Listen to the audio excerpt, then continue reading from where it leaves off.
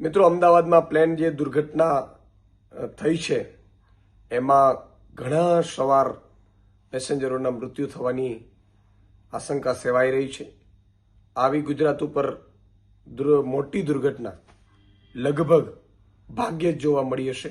એટલી મોટી દુર્ઘટના ગુજરાત ઉપર આવી છે, આફત આવી છે.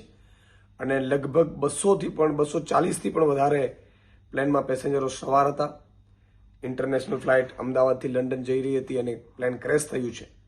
અને મોટા ભાગના જે આપણા પેસેન્જરો છે એમના મોતની શંકા સેવાઈ રહી છે. ભગવાન એમના આત્માને શાંતિ આપે, ઘાયલોને તુરંત સ્વસ્થ થાય એવી પ્રાર્થના કરીએ છીએ.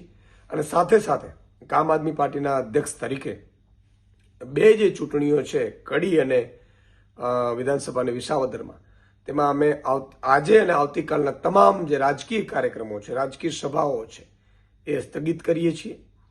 આપણે ગુજરાત ઉપર આફત આવી છે, આપણે સૌ કોઈ ટીકા ટિપ્પણી રાજકીય નહીં કરે.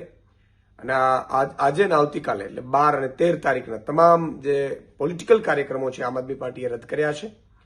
સાથે સાથે અમે પ્રાર્થના કરીએ છીએ. અમારી ટીમ પણ અત્યારે અમદાવાદ સિવિલ હોસ્પિટલમાં પહોંચી રહી છે મદદ માટે. અને ગુજરાત સરકારને, કેન્દ્ર સરકારને જે પણ આમ આદમી પાર્ટીના કાર્યકર્તાઓની મદદ જોશે અમે તૈયાર છીએ. આ દુઃખની ઘડી છે, આપણે સૌ રાજનીતિ ઉપર થઈને વિચારવું પડે અને સૌ એક થઈ અને આ દુઃખની ઘડીમાં ઊભા રહીએ એવી પ્રાર્થના. ફરીથી તમામ જે મૃતકો હોય એમને ભગવાન એમના આત્માને શાંતિ અર્પે, એમના પરિવારને દુઃખ સહન કરવાની શક્તિ આપે.